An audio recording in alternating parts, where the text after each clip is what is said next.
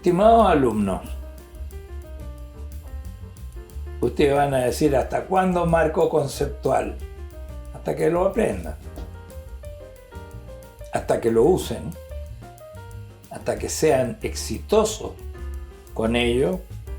Y hoy día entonces vamos a seguir con algunos conceptos que son fundamentales. El primero es el de prevención, del cual se habla mucho y se practica poco.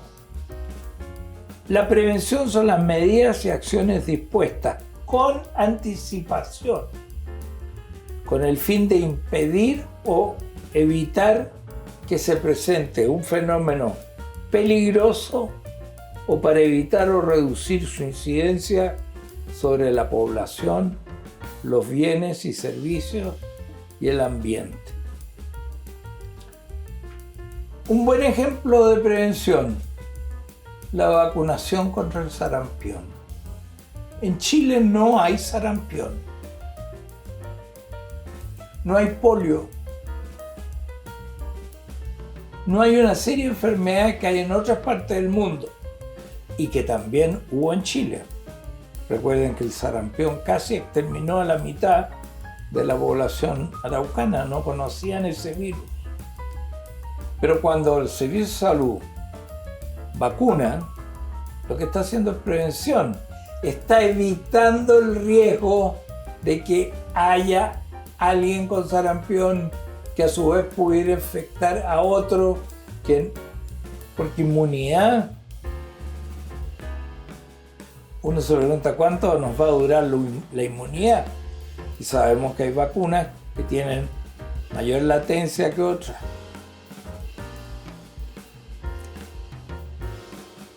La mitigación, a diferencia de evitar el riesgo, son las medidas de intervención dirigidas a reducir, a minimizar, a disminuir el riesgo, modificando la vulnerabilidad. Por ejemplo, yo le puedo decir que lo que es mitigación en Puerto Montt, en Queule, en Calbuco, en general en Chiloé, en Castro, en Chonchi. Cuando uno ve y tiene que explicarle a un amigo extranjero por qué la gente vive en unas casas tan curiosas, que están construidas sobre pilotes altos, a una hora en que el mar está a 6 metros más abajo. Porque las mareas en Chiloé pueden fluctuar hasta los 9 metros y a veces más. Entonces, una medida de mitigación para impedir la inundabilidad de su casa es que su habitación esté más alta que la marea más alta.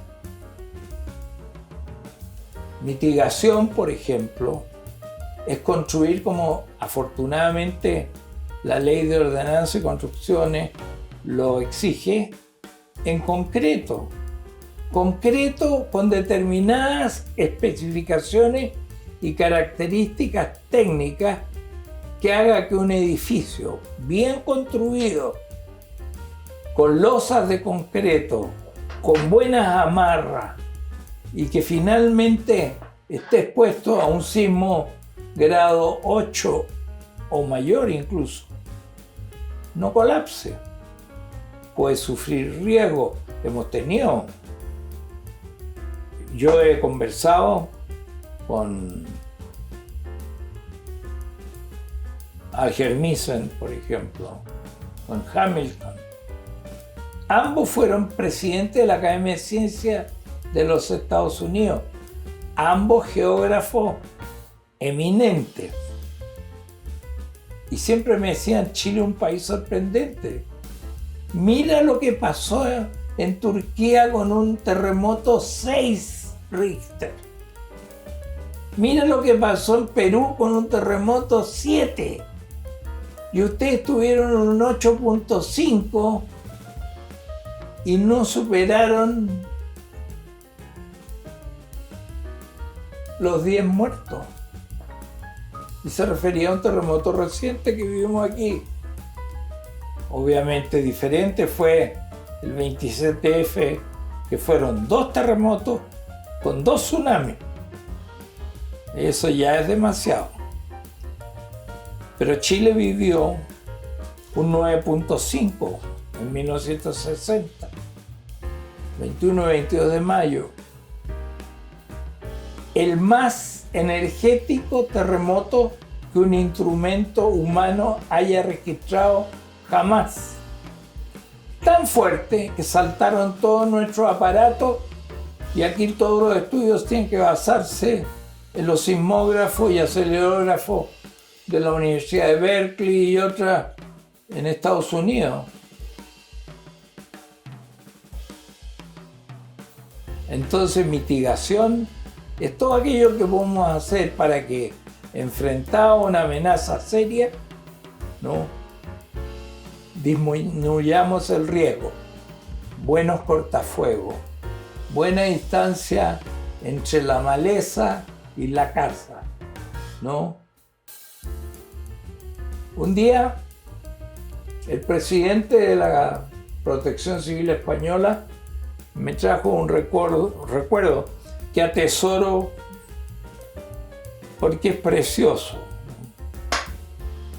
Es el acta de Medina del Campo, en la cual la reina Isabel la Católica y don Felipe Aragón crean el plan de protección de la villa, que era de ellos, ¿no?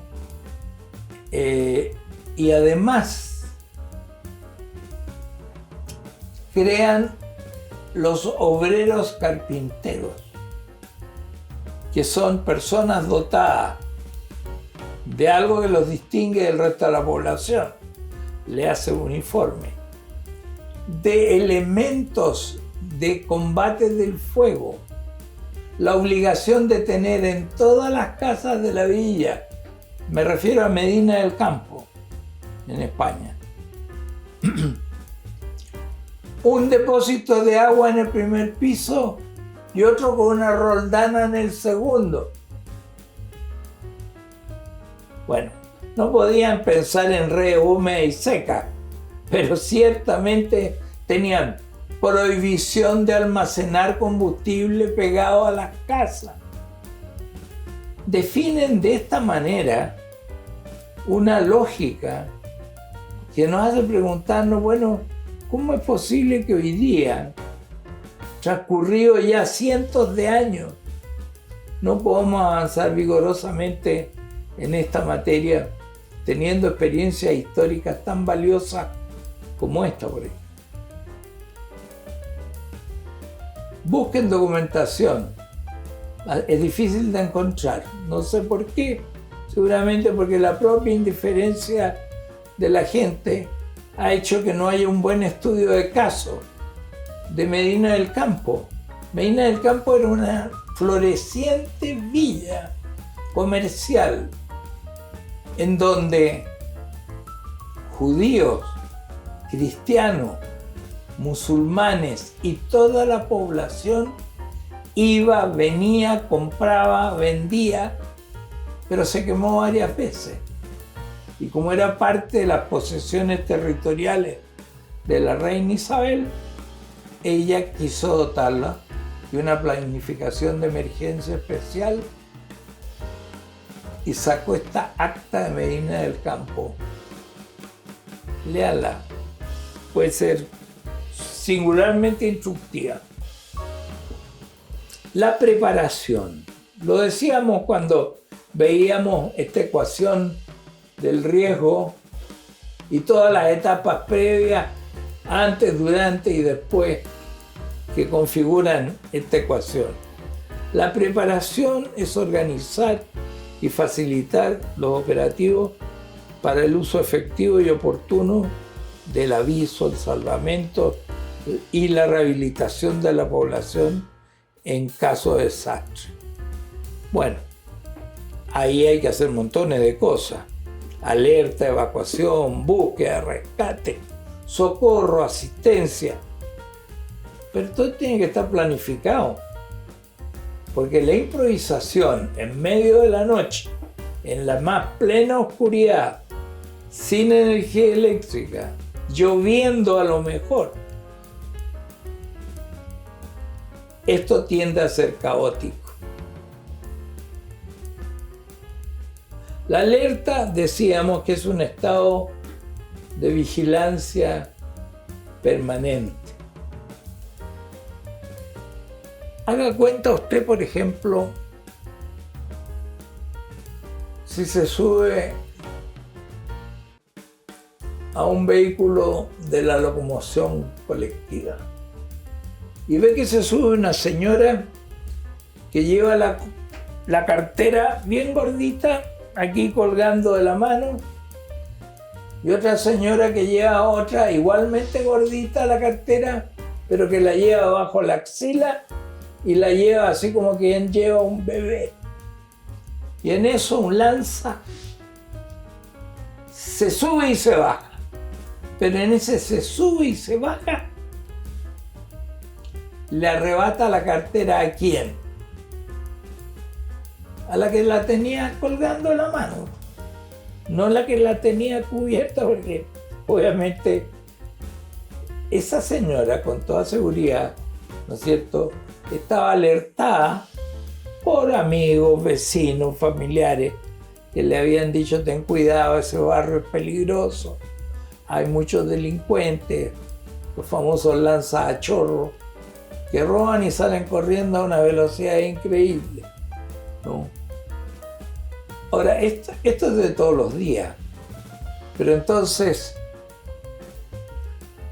el estado de alerta no solamente es para salir con la cartera y que no me la roban.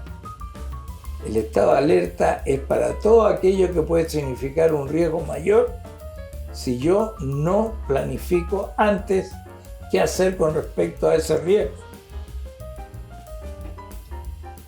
Decíamos que la emergencia es un estado caracterizado por la interrupción o alteración intensa y grave de las condiciones normales de funcionamiento u operación de una comunidad, causado por un evento o por la inminencia del mismo, y que requiere una reacción inmediata y que exige la atención y preocupación de diversas instituciones del Estado, de los medios de comunicación y de la comunidad en general.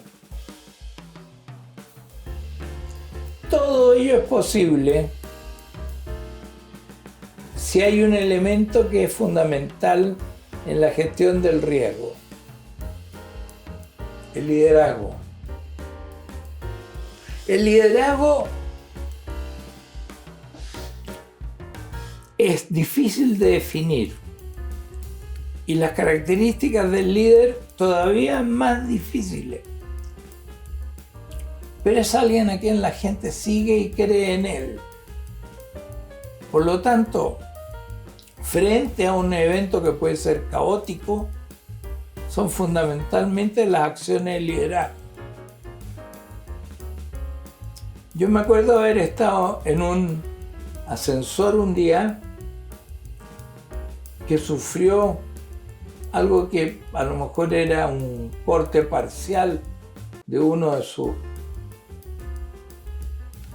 sostenes de acero o de lo que fueran, y todo el mundo gritaba en el ascensor, y un señor mayor le dijo: cállense, le dijo, aquí tenemos y necesitamos orden, avisemos primero que estamos en problemas, y apretó el botón de alarma. El liderazgo puede ser tan simple como eso: alguien que representa un grupo y que entonces es capaz de encauzar con lógica sus acciones. Sin liderazgo es muy difícil pensar en una adecuada gestión del riesgo. Ahora lo voy a decir una y mil veces, lo he dicho: ojalá el liderazgo frente a las emergencias de desastre sea un liderazgo técnico. Y ustedes se preguntarán por qué. Porque el liderazgo político no le sirve a las emergencias de desastre. Está basado en otros conceptos. Lo que le sirve al político probablemente es aceptación, popularidad, credibilidad. Pero los técnicos tienen que referirse a hechos ciertos. Esto es lo que está pasando en este lugar, con estas consecuencias, lo estamos midiendo de esta manera, creemos que podríamos hacerle frente si tuviéramos tales o cuales elementos. Esa es la asesoría necesaria. Por lo tanto, es un tema complejo, difícil. Y entonces conocí a la Protección Civil francesa. En Francia, producía una emergencia o una situación que configura una situación de desastre, asume el prefecto. El prefecto es el alcalde. Él asume. Pero ¿sabe cuál es la primera acción que hace el prefecto? Sobre todo si lo que se cayó fue el puente o se salió el río, le pide asesoría a un experto de vialidad o de obras públicas o de la dirección de agua. O sea, llama al técnico para que él comande las acciones. Ahora, ¿qué hace la autoridad que llega cuando se están quemando los cerros de Valparaíso? Por supuesto que le da espacio a la prensa, se toma varias fotos y anuncia que se están haciendo puras maravillas. Y al último que le preguntan es a los bomberos, que son los únicos que saben cómo se apagan los incendios. Entonces, por eso los sistemas de gestión de riesgo tienen que tener un fuerte acento técnico. Esa es por lo menos mi experiencia personal y ese es el tipo de verdad que yo estoy dispuesto a defender, porque a mí, cuando fui exitoso, es porque lo hice así. Le pregunté al que sabe.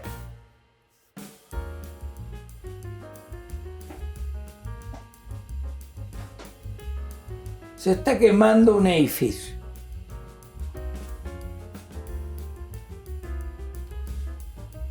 ¿Qué podrían decir ustedes? Y lo voy a dejar para que ustedes se tomen un respiro. La gente, ¿qué está haciendo la gente? Fíjate que se está quemando el edificio. Y yo le digo que la gente que está caminando por la calle, el caballero que va saliendo en ropa veraniega, o el que está con manos en la cintura mirando, es la masa de mirones que en el acta de Medina del Campo de la reina Isabel la Católica de 1492 tiene una severa multa por ser mirón y no colaborador. A mí me sorprende a veces ver fotos de este tipo. Como que no estuviera pasando nada.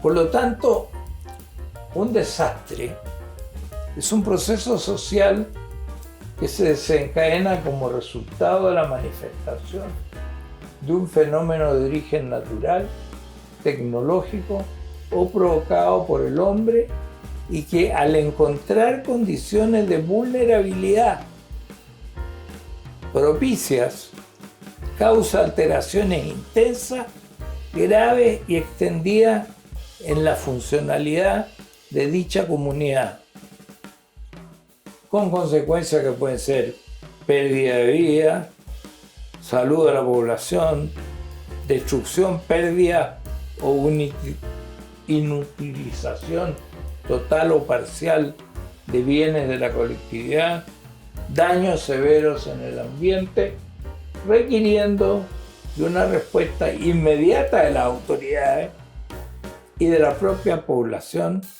para atender a los afectados y restablecer lo que llamamos rehabilitación temprana, umbrales aceptables de bienestar y oportunidades de vida. En Kobe, Japón, las grandes autopistas colapsaron todas. ¿Por qué? Porque los japoneses, con lo mucho que saben de terremotos, y probablemente son los que han demostrado saber más, pero olvidar más rápidamente también, instalaron grandes obras públicas en zonas de relleno, porque no caben en la isla. Por lo tanto, ellos rellenaron, le robaron terreno al mar, y ese terreno de relleno es particularmente peligroso cuando hay sismos prolongados. Allí se produce un proceso que se llama licuefacción, en el cual el agua, igual cuando nosotros golpeamos la arena húmeda en la playa y se llena de agüita, bueno, es el mismo proceso, pero lo que está construido encima de ese terreno, con esa microvibración, los hace perder sustentabilidad. Y se les cayeron todas las autopistas principales, el Shinkansen, el tren bala, que corre a más de 300 km por hora, en 18 partes colapsó. Ese es un hospital. Ese es el Hospital Barros Luco de Santiago. Y lo que se está incendiando es la unidad de tratamiento intensivo, donde están los pacientes más graves y más difíciles de movilizar. Sin embargo, por razones que hay que pensar que más se deben al ángel de la guarda que a nadie, esta unidad está comunicada por un puente con el Hospital Infeccioso Lucio Córdoba. Cuando pregunté por qué, me dijeron algo que espero que sea la respuesta. No estoy seguro todavía. Mire, me dijo, cuando tenemos aquí en la unidad de tratamiento intensivo un enfermo con convulsiones y tétano, y decimos en un caso de rabia, tratamos de no sacarlo a la vía pública, donde se va a encontrar con camilleros, choferes, gente que pasa, familiares. Así que hicimos esta vía. En 3 minutos tenían evacuado toda la UCI hacia el Lucio Córdoba. ¿Sí? ¿Cómo podríamos llamar a eso? Preparación, mitigación, sentido común.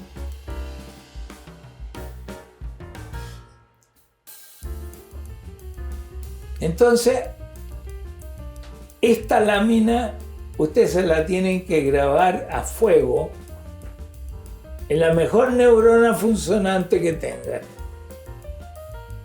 Porque en la evaluación me voy a preocupar de que ustedes sepan hacer esta distinción con mucha claridad.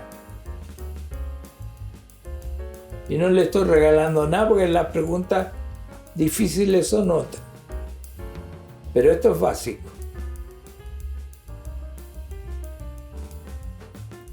No es necesario que caiga un aerolito.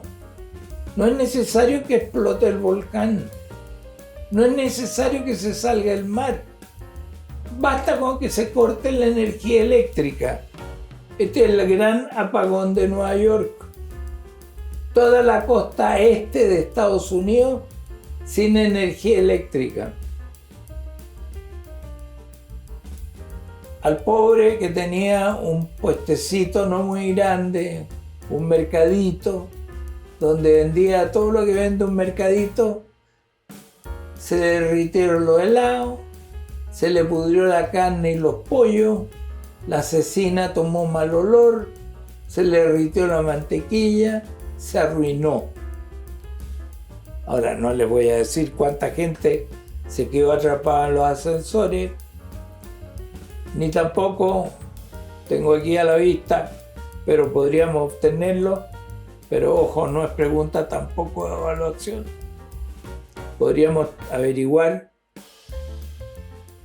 cuántos servicios tenían capacidad autovalente de energizarse en caso de un apagón.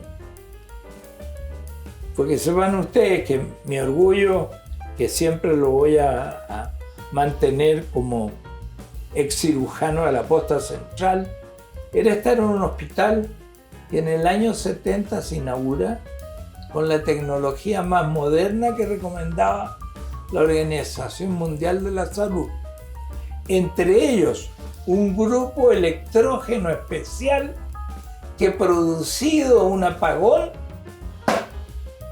partía instantáneamente y mantenía encendidas todas las luces de emergencia y a pleno voltaje en las zonas críticas, que son donde están los enfermos críticos.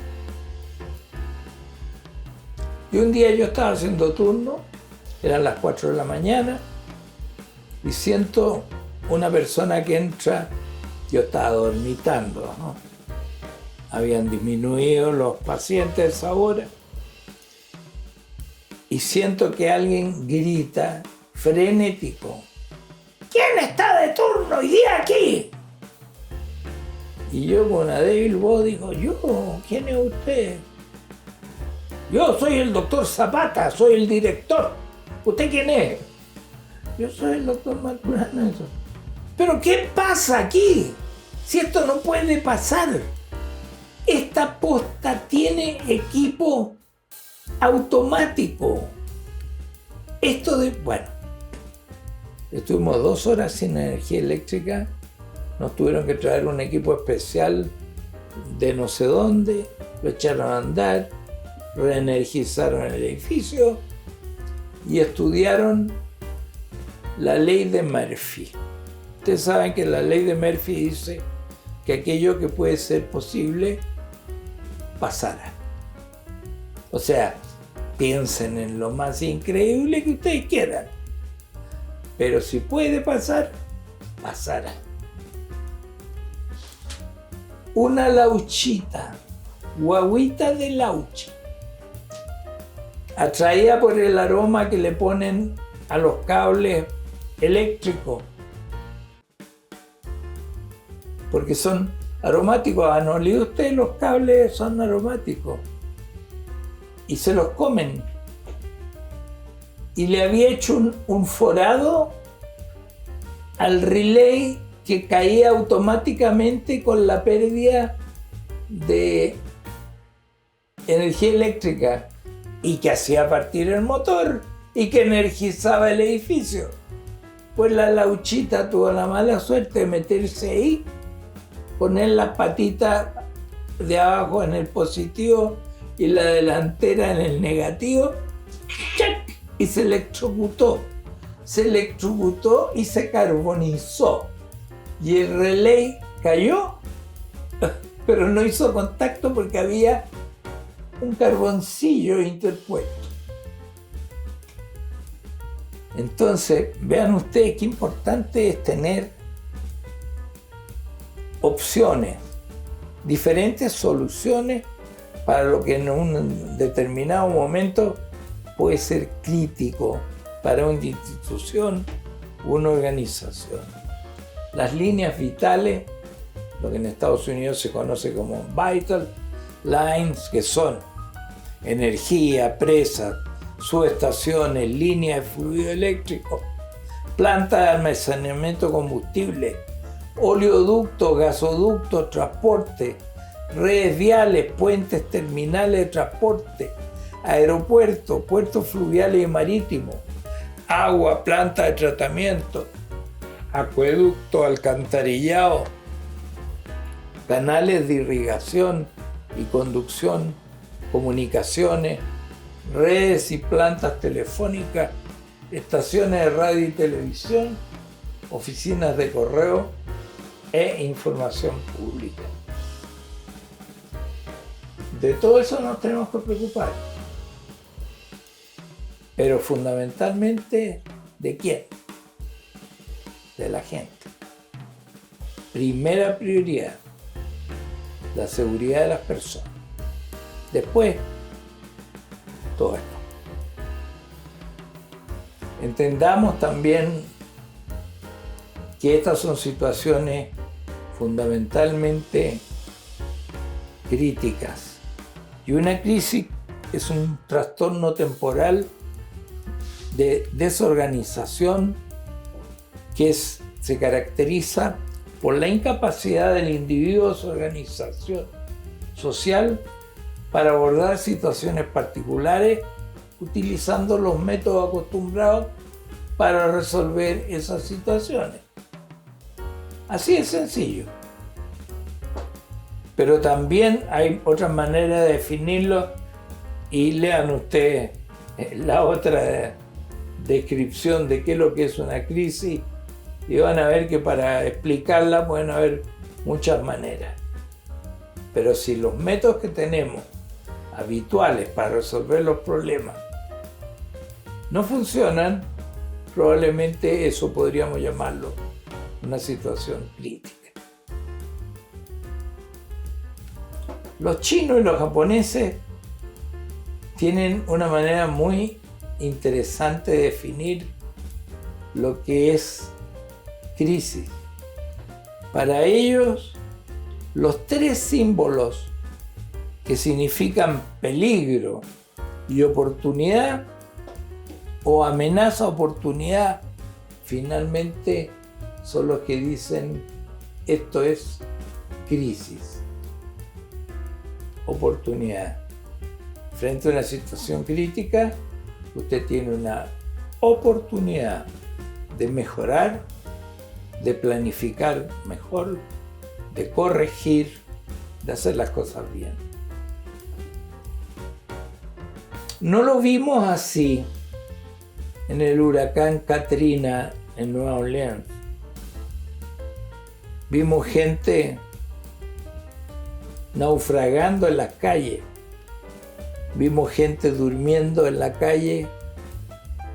Vimos autopistas abarrotadas de vehículos porque jamás pensaron que a Nueva Orleans le podía pasar una cosa así. Y eso que habían tenido el huracán Andrew antes, quien se dirigió directo a Nueva Orleans y en último momento se desvió. Ahora, ¿por qué es peligroso Nueva Orleans? Porque Nueva Orleans tiene una muy particular condición, que no es parte de esta descripción, pero ustedes pueden leer sobre ello. Tienen un lago elevado, el Pontchartrain, lago Pontchartrain. Y como este es un delta pantanoso, en que el río Mississippi se abre en infinidad de vasos, este pantano han tenido que drenarlo para construir la ciudad preciosa de Nueva Orleans. ¿Pero y qué hacen con esa agua? Se la tiran al Pontchartrain. Y el Pontchartrain tiene una defensa que algunos han dicho que no son suficientes. A eso lo llamaron loco. Hasta que vino el Katrina y no se desvió como el Andrews. Fue y le pegó directo al Pontchartrain y se vino y dejó casas de 4 pisos bajo el agua.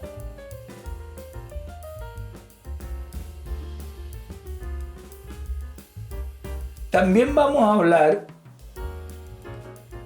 en una clase siguiente de la resiliencia, que es un concepto que es relativamente nuevo, que no existía en el castellano, porque el término es sajón, resilient, y es la capacidad de un cuerpo elástico para sufrir una deformación y recuperar la forma que tenía antes. Cosa que sabemos que nos pasan con las pelotas de ping-pong, ¿no? O con otros elementos que, adecuadamente tratados, vuelven a recuperar la forma. Obviamente ha evolucionado el concepto y como lo vamos a ver más adelante, hoy día hablamos también de resiliencia social, porque una comunidad resiliente no solamente es una comunidad capaz de recuperarse de aquello que lo ha afectado, sino, como dicen los eruditos, trascender, ver más allá y proyectarse con desarrollo renovado. O sea, comunidad mediocre que fue aplastada pero que recuperó la mediocridad, no es ser resiliente. Ser resiliente es ser capaz de superar también la mediocridad. Y este es un fenómeno que algunos amigos, Andrew Mascri, un investigador del PNUD con sede en Nueva York, estudió mucho en Centroamérica porque le llamaba la atención que en las grandes inundaciones, huracanes, la comunidad de la izquierda destruía totalmente, la de la derecha destruía totalmente, y 3 meses después esta próspera y floreciente, y esta seguía destruida totalmente. Dijo, ¿qué tenía esta que esta no tenía? Esta era resiliente. Ya vamos a ver en qué se basa ese concepto.